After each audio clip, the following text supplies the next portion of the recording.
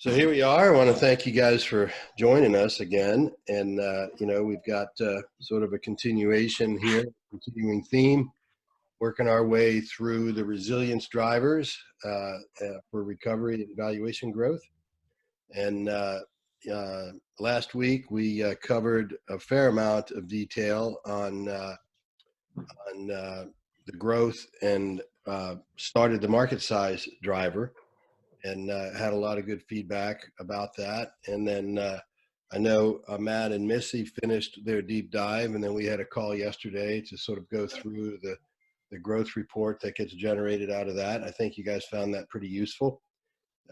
Maybe you can share a little bit with the group on what kind of insights you were able to pull out of that. Yeah, it was quickly we realized we were getting into questions for stuff we had not been doing.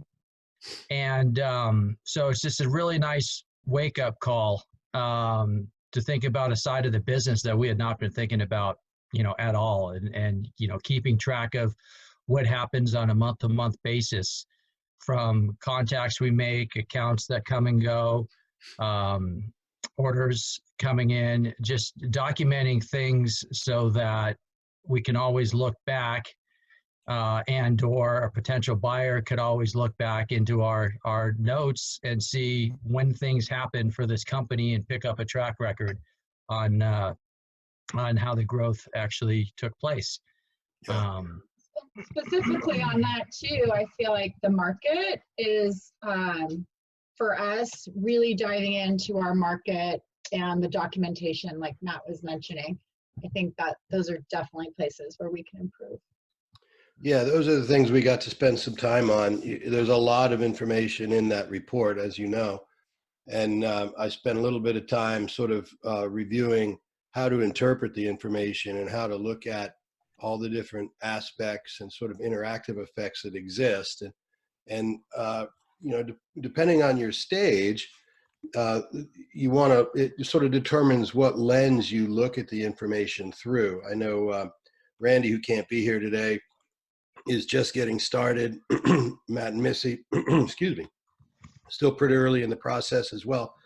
And so, while you're not getting real big numbers and so forth in terms of evaluation, you are seeing what things you need to focus your attention on. And remember, that's the key objective here, is to get focused on the things that are going to generate resilience and lead to recovery and value growth. So, even if you're just starting out, the information that you get out of that report will help you get focused on the things that really matter long-term in your business.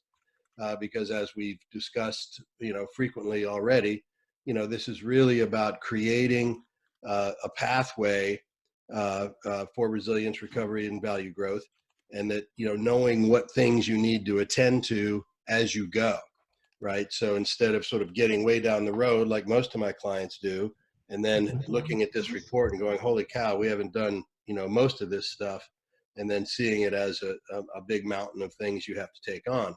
Where starting now, even if you're early stage, having that insight, having that perspective, or looking through that lens of what's going to put us in the best possible position, certainly in the short term to move through recovery here, but also, as the economy begins to reignite, which I think is going to occur as I predicted, perhaps even earlier than Q3, then you'll be in a better position to capture the growth potential and the value potential that exists in the business. So if you haven't taken that assessment, I will encourage you to do that. I know, Walt, you guys did it some time ago, but it doesn't hurt to sort of go back through and see this, as a second opportunity to get another snapshot of where you are. So what we want to move into today is we want to complete our discussion on potential market. Really, the classification is large potential market, but it really is about understanding the market and moving through that phase. And then we're going to move into some discussion about how do you position yourself to dominate market share, and what that really means and what the implications of that are. Before I get going, though, are there any specific things you want me to make sure I talk about today? Okay, I'm going to get some water because I'm about to lose my voice here. We're working on a product. We're sort of in a pre-beta launch, and one of the things that we're working on is trying to figure out which industry verticals to target, because we have a product that seems like it would be useful in lots of places. So we've engaged a consultant out in Silicon Valley to help us with this, but if you have any thoughts on that, that would be helpful for us. And what particular aspect are you looking for information on? I guess just, you know, when you have limited resources, how do you really evaluate which market you want to target first? So the big question right now is, you know, is this going to be a SaaS or enterprise? Because we probably don't have resources to effectively launch both simultaneously. Right. Well, so that's a great starting place, and I appreciate you helping us get things kicked off, Shana. I would say that in general terms, from a valuation perspective, you're going to get a much higher multiple. You're going to get much more traction in the market with a SaaS deployment and a recurring revenue model than you will an enterprise software deployment. Okay. Now, I know, Walt, you're here. You can probably attest to this. Their team had a very classic, what I describe as sort of a heavyweight enterprise software product, lots of services associated with deploying that product in the banking infrastructure, very complex sets of integrations that took a lot of time and energy.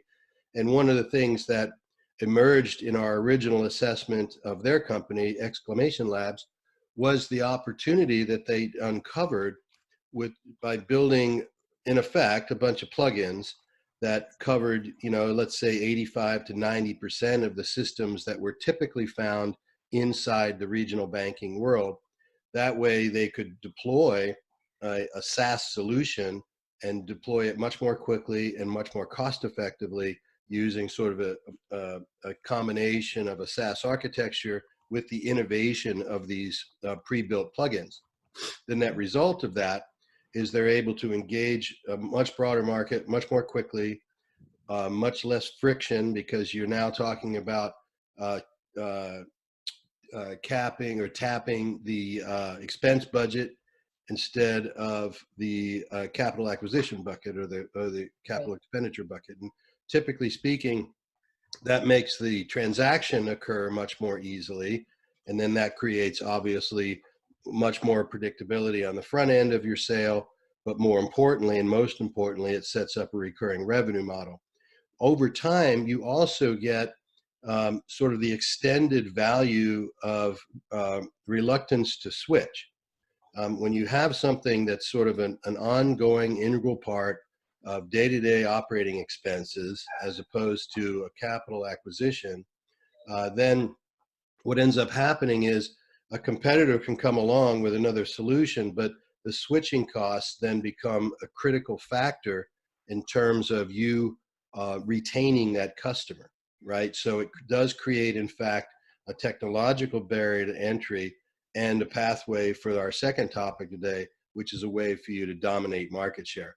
So I would say categorically, you're going to get a higher rate of return. You're going to get much more, much faster go-to-market penetration in the market that you focus on, and you're going to create much more sustainable growth and the benefit of recurring revenue if you go with SaaS. Okay. So, you know, I mean, coming from a guy who's sold a lot of enterprise software in his life, I would say that that's definitively the right pathway to go. And then we can talk a little bit about how you're going to carve your market up today. And if you have questions, make sure you interrupt me, and we'll cover that as deeply as we need to. Yeah, no, that's very helpful, especially what you talked about plugins, because we were actually already looking at that, is creating plugins for some other popular, you know, web-based software, and ours will also have an API. So that's very helpful. Thank you. Yeah. Well, and that API then also gives you a pathway to a number of different implementation partners, both in terms of getting your system deployed, but also in terms of distribution. right? I mean, one of the things that occurred with the folks over at eLabs is by virtue of having this technology, it makes it much easier for their strategic partners to now become distribution channels as opposed to just strategic introduction channels. So it becomes a much more effective business model overall, right? And of course, the fundamental thing that we're talking about here is that risk reduction increases resilience and value.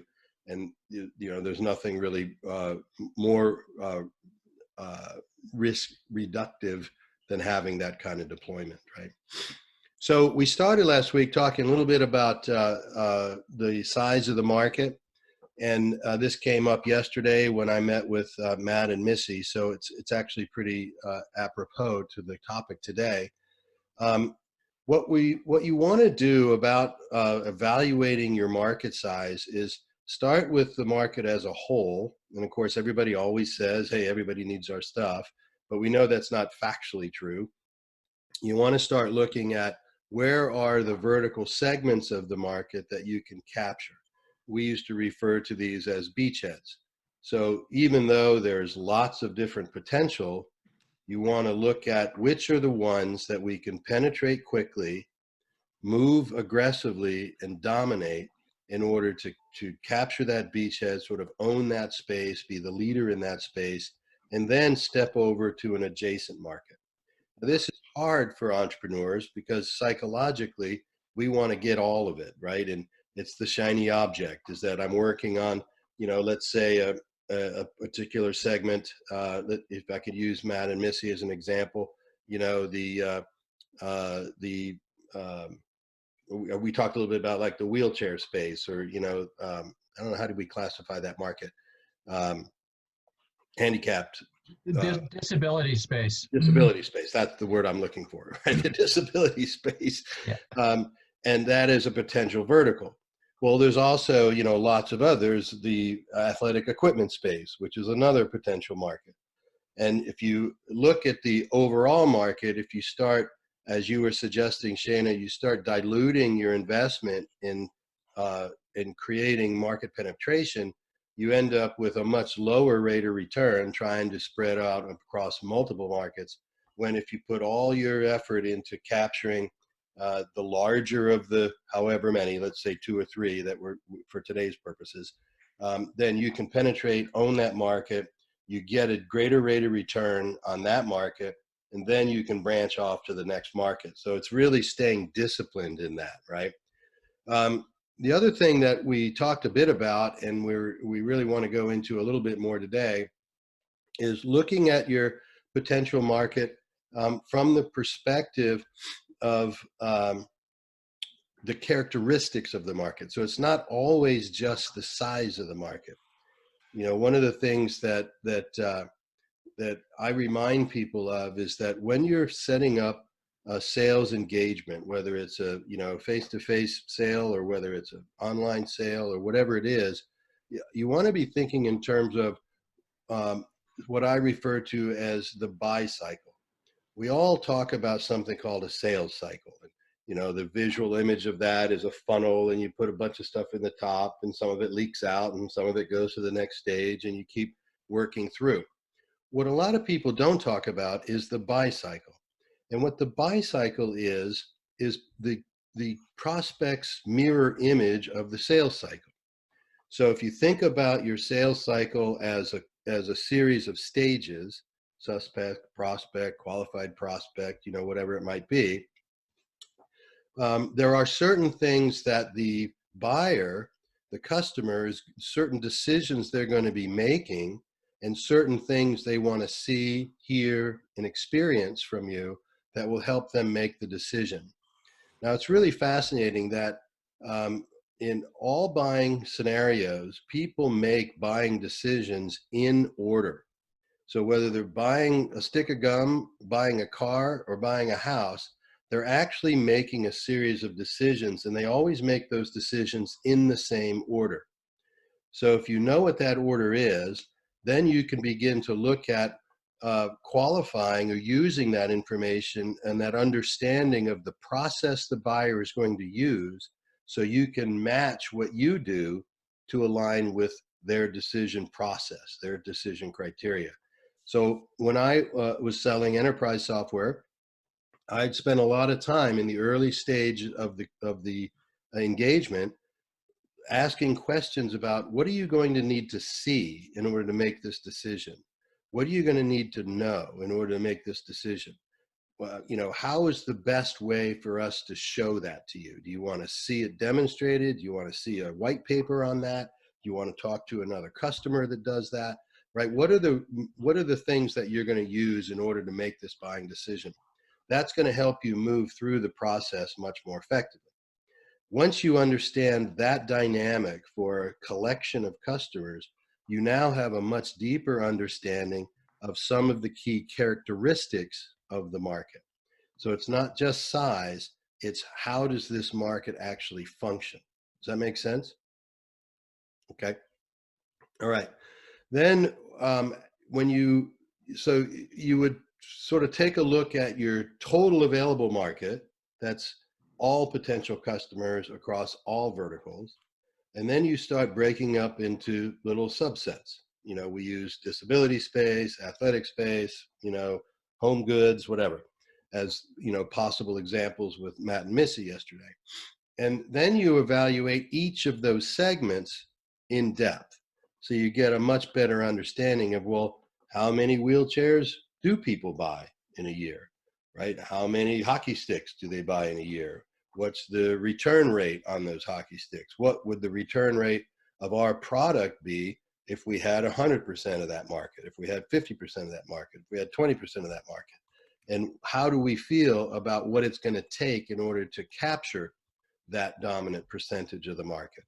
Because you will have been speaking with people who are going to make those decisions, you're going to find that there are common threads or common characteristics of that decision process. And what that's telling you is, this is the way this market behaves, not the total market, but the vertical market.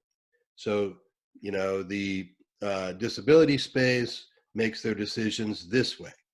The, athletic space makes their decisions that way, right?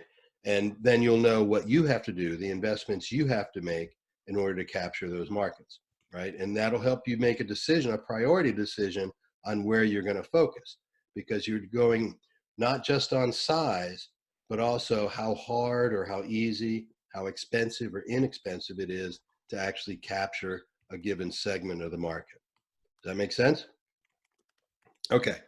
So that then leads to an understanding of niche clarity, right? We throw around this term avatar a lot, like, who's your avatar? Who's the person you're really looking to sell to? What do they do? What's their role in an organization, or whatever the case might be, right? So getting really clear about all of these different elements and all these different areas or niche opportunities gives you much more leverage in your marketing investment, right? That then does what? It reduces risk. And what does risk reduction do? It raises resilience and value. So this is another pathway to really understand that. And then Missy mentioned something critically important, is that as you do this, you want to document this experience. You want to get this stuff recorded. You want to, create a document that says, these are the characteristics we uncovered from this particular niche. And these are the implications of what we learned about this particular niche. This is what how we would plan to address those implications or those decision criteria, and how those buyers go about making decisions, right? And so you'll have all that information, and you'll be able to refine it as time goes by, but you'll create a roadmap. That roadmap becomes a vitally important aspect of the information that anyone evaluating your company, whether they're evaluating it for acquisition or evaluating it for capital, whatever it is, that information helps them see these guys really understand how to engage the market. That means there's very little risk in me getting involved, right? So this is, the documentation is always sort of the boring part, but you can do it in engaging ways. It doesn't always have to be a written report. It could be a PowerPoint. It could be, some other visual tool, right? It could be video, could be audio. I mean, one of the things that you might consider is, can you record audio that describes the conclusions you made and why you made them, right? Because then that becomes part of this data library that really describes what the business is about. So you want to leverage your own personal strengths and sort of use the medium that works best for you to capture this information. Then we talked a little bit about, or started to talk about understanding the competitive aspect of the market. This is competitors of various kinds. I know a lot of people look at their competitive landscape as people who sell something similar to yours. Like, again, using Matt and Missy, they're in the tape space, right? So there's duct tape and there's 3M tape and there's all these different tape companies. And so those are direct product competitors, right? But they're not the only competitors you need to consider. Think of the competitive landscape this way. Any customer who's spending any money on any product that can't be spent on your product is a competitor, right? So, in the software space, you've got, hey, we deal with, a certain aspect of a business. So Walt, you guys are dealing with internet access management, right? And so all the other internet access management software companies are direct competitors, but there's indirect competitors, right? So an indirect competitor may be somebody who's selling a different security application, maybe a cyber application, or maybe a different kind, maybe a network or a systems management application, where they're going to be looking for the same number of dollars out of the budget, or some number of dollars out of the budget that would keep the company from being able to buy your service. So those are indirect competitors. They need to be part of the formula as well. And as you're going through the qualification process, don't forget to look for those, right? Because if you're only looking at things that are direct competitors, you're missing areas that you may lose opportunity because they made a priority decision to invest in another area other than yours, right? Does that make sense? Right? So identifying them, and then really the hard part is getting a deep understanding of how they are engaging the market. Where are they getting advantage? Where are they dominating? What is their messaging like? What does their distribution channel look like? What does their sales process look like? How are they addressing the buy cycle, right? And you can model off of the stuff that's working and innovate to improve on the stuff that's not working. So the more you know about how they go about doing things, the better equipped you can be to leverage the stuff that works and innovate a better way around the stuff that's not working for them, right? So it's more than just sort of looking at them and knowing who they are. You want to really understand how they do things. One of the other things that, as you do that research, you may find the opportunity for what we refer to as co-opetition, right? Where there's legitimate competition in your space.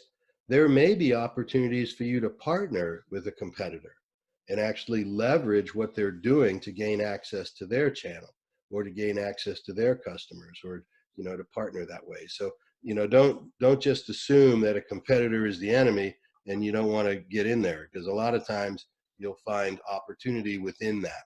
It's all about doing that research, documenting what you're finding, and pursuing all those different leads to get a deep understanding of each of those vertical segments and each of the potential competitors that exist in each segment. All right. Now, in terms of capital and M&A, let's say, and there's a whole different layer of competition that you want to consider.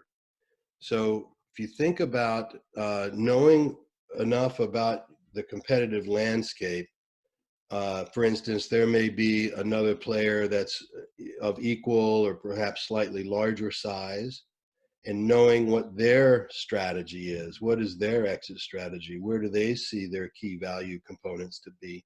What makes their business more resilient, right? That's part of that learning piece. Then you can model off of those pieces. The same thing applies in terms of understanding the capital acquisition and mergers and acquisitions opportunity that exists for you. Remember the adage that I shared in the very first call. No matter how you cut it, there's going to be an exit eventually. Whether you're looking to exit now or not, it's going to happen, right? And so understanding what's the competitive landscape for that to occur.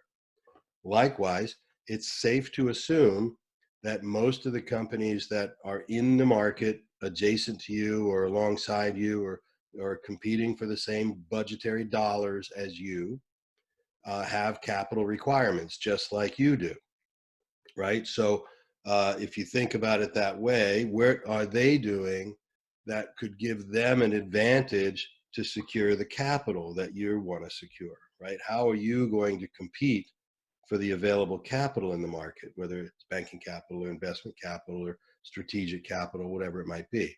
So there's another layer of information there that you want to start looking at to see, well, if we were to need a couple $1 million for growth capital, what does the landscape for that look like? What, who has the capital? Who else is looking for that capital? What are they doing to secure the capital? What can I do to compete in that space and get that capital as well, or get ahead of them and get the capital that they're looking for, right? So there's another piece that you don't want to ignore. You just want to keep turning up all of these opportunities. And by documenting all this, you get a very clear picture of how the market is rolling out for you and what the opportunities that exist in that market, again, both vertically and then as an overall total available market are. Okay, then all of that cast sort of in the context of what are the growth characteristics of the market. Now, there's a lot of things that we tend to be attracted to. It's really exciting for entrepreneurs to see things as, this is a fast growing market. For instance, Melinda is tapping into the fastest growing media market in history, right? So it's a really exciting component that excites investors, it excites other people, and excites the market.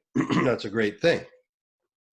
But, it's not necessarily better than a large, steady market, right? So this is where we're talking about the characteristics of the market. How does it grow? How does it shift? Are there seasonal components to the market?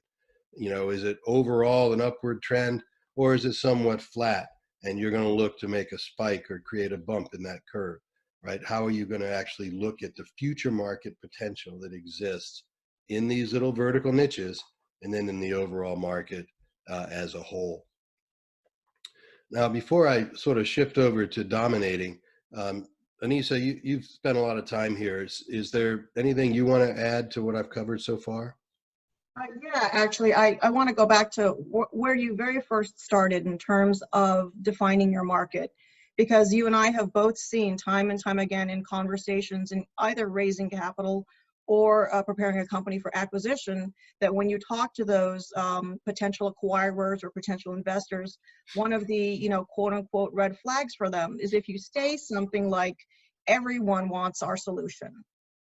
If you just lay claim to an enormous market, they immediately think, you haven't done your research, you haven't defined your market properly, you don't know your avatar. And that's actually, one of the things that turns people off to potential investment or acquisition if they feel that you don't truly understand your market. And it's one of the first things that comes up.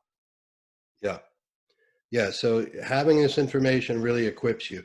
So it's not only creating a better quality operation, it's not only giving you that resilience component, but it's also preparing you for lots of future opportunities. That's good.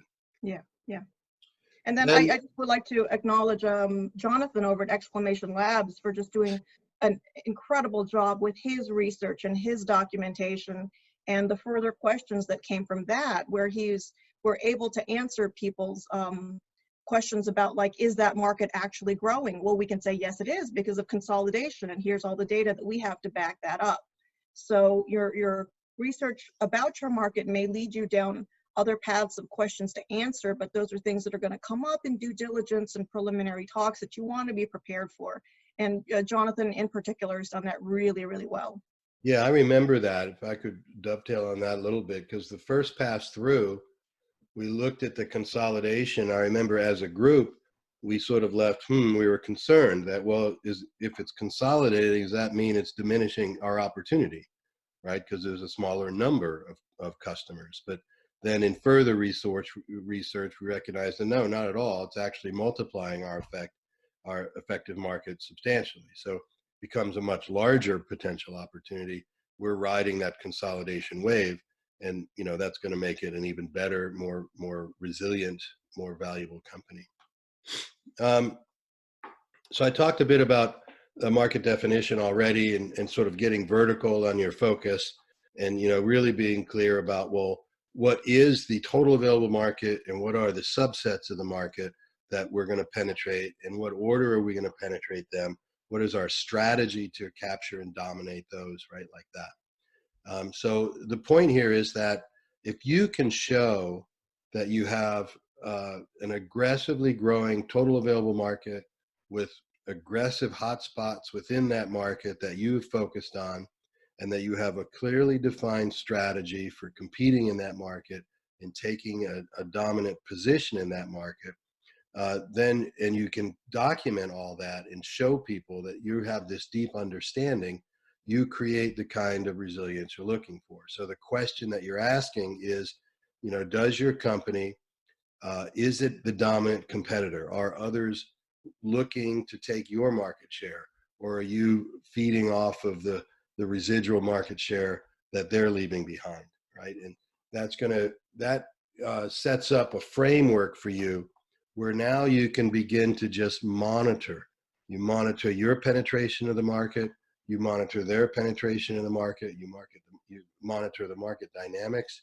This goes to the suggestion we've made a couple of times: figure out a way to create a dashboard where you're always seeing, on a regular recurring basis, you're seeing, where is the market now? This is where it was first quarter. Here's where it is second quarter, right? Is it going up? Is it going down? Who's got a bigger piece of it? It's really interesting to be able to communicate, sometime in the future when you're discussing with your team or with potential investors or stakeholders in the business. Hey, we know that one of our competitors just took down this huge transaction that took a component of market share off the market for us.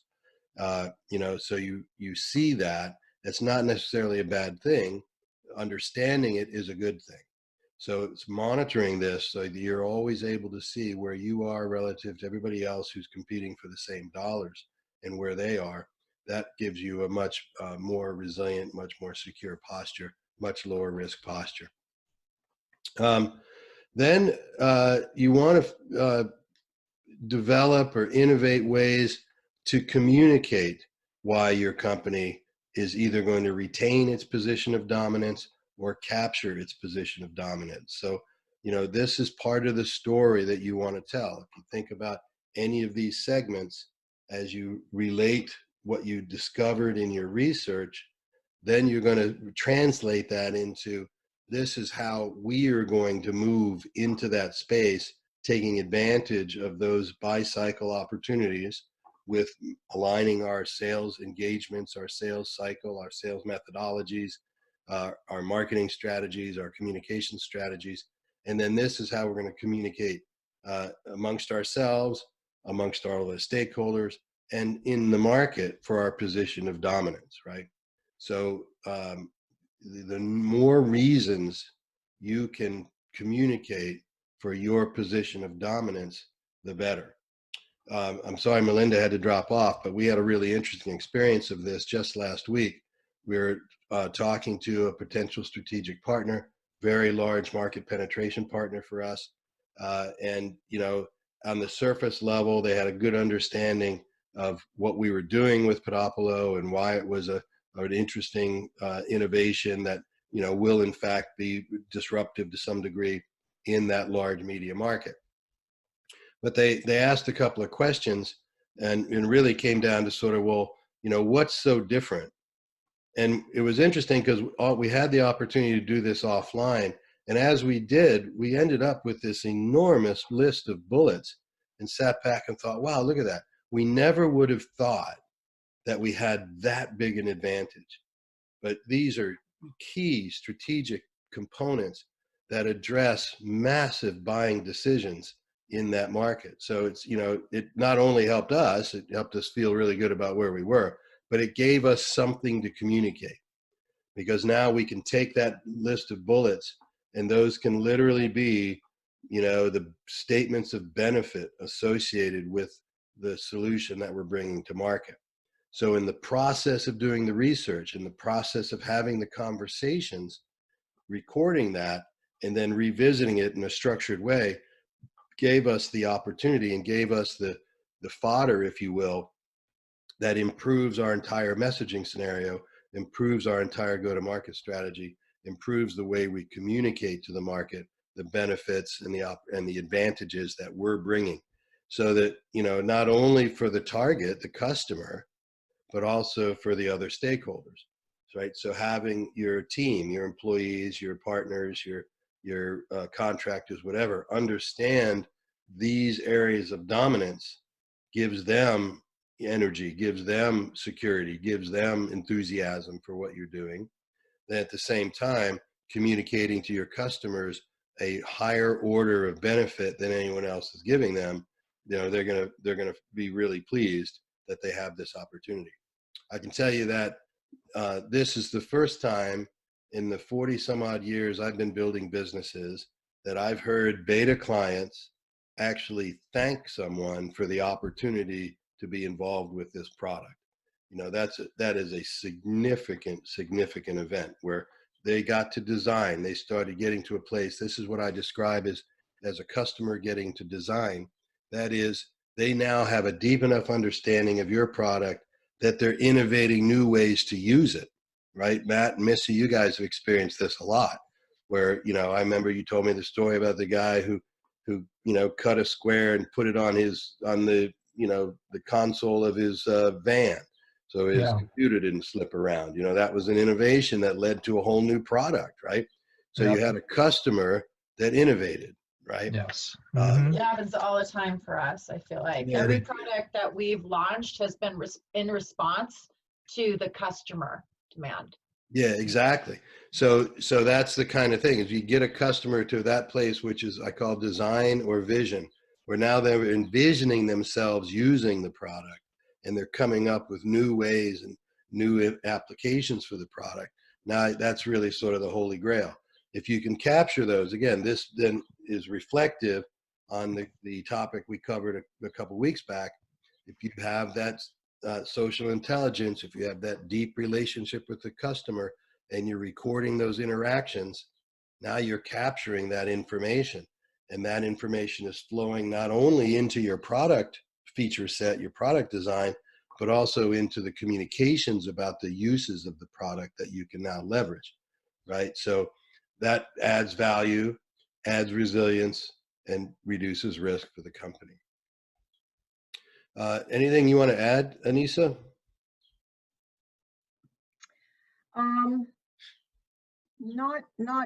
Not right now. I think what you said about the innovations that come up from your users and your customers being a very valuable place, to get those new innovations, that's really interesting. That's very key, and people should be surveying those populations to capture those ideas. That's something that'll come up in innovation later, but it's something that you want to keep in mind. Yeah, that's right. So all these things obviously tie together, so none of them are siloed, right? But you get the basic idea. Okay, so that's the content I had for today. It was really, I wanted to get through the rest of market size and talk a little bit about dominant strategy and how to put that together. next week, we're going to dive into financials. So we're going to sort of jump back over to the operations side of the equation. We've spent a couple sessions on the market side. So we're going to cover a lot of different aspects of finance. And then following that, we're going to talk a bit about sales strategy and distribution and so forth. So not sure how much we'll get to next week. It's a pretty big topic, as you know, and it's one that people are generally reluctant to dive too deeply into, I guess. But that's what we have for today. I'm happy to take questions or discuss it further. If you haven't done the deep dive yet, Shana, then let me encourage you to do that. It's not just about, having this thing for an up and running concern. It's going to give you a lot of useful direction on areas you can focus to improve the quality of the business you're building. And again, Walt, if you guys feel like you want to go back through it again, I think it's a great opportunity for you to get another snapshot of what now 15 months or 18 months after you did it the first time. So you're welcome to do that as well. Okay. Thank you. Yeah, I'm definitely going to do it. There's just a lot going on. I don't know if Melinda told you, we actually had a Zoom wedding on Saturday. Oh, wow. That's fantastic. Yeah, it was fun. We actually hired an AV company to come and just film us get married on our roof balcony and streamed it out to. You got married? Yeah. Oh, I didn't connect that. I'm sorry. I didn't realize it was your wedding. I thought it was a wedding. Okay. Wow. Well, congratulations. Thank you. Yeah, congratulations. So that's why I wasn't. Thank you. Congratulations. That's wonderful. That's awesome. That's why I wasn't on the call last Wednesday. We were just sort of scrambling around trying to get everything together. Yeah. Okay. Well, you're excused. But I will do the deep dive. I'm looking forward to that. And, Yeah. Missy, how long did it take you? It didn't take you that long, right? Maybe about an hour. I mean, to really think about it, and not even that. I mean, I'd say like probably 30, 45 minutes. Yeah. Okay. Yeah. It's not a huge undertaking. Yeah. But the No, insights really, that you get are pretty it's well worth it, because it's just like we Go ahead. think about things you don't necessarily think about, and you're like, oh, well, yeah, we have a great market, but do we? Yeah, right. We gotta figure it out. Right. Well, and it was interesting. One of the things that I'll point out, we don't have it in front of us, but one of the things that came up in our review of it was that there was a set of answers that were inconsistent with a later set of answers. And you wouldn't know it if you didn't have the visual to see that, well, okay, well, if this is this way, then how can this be this way? Right, So you might want to go back and revisit how you answered this, because, you're sort of fooling yourself on that one. Right. Yeah. Can't hide. Yeah. Well, I have a question back to valuing a company, and you talked a little bit about this earlier today.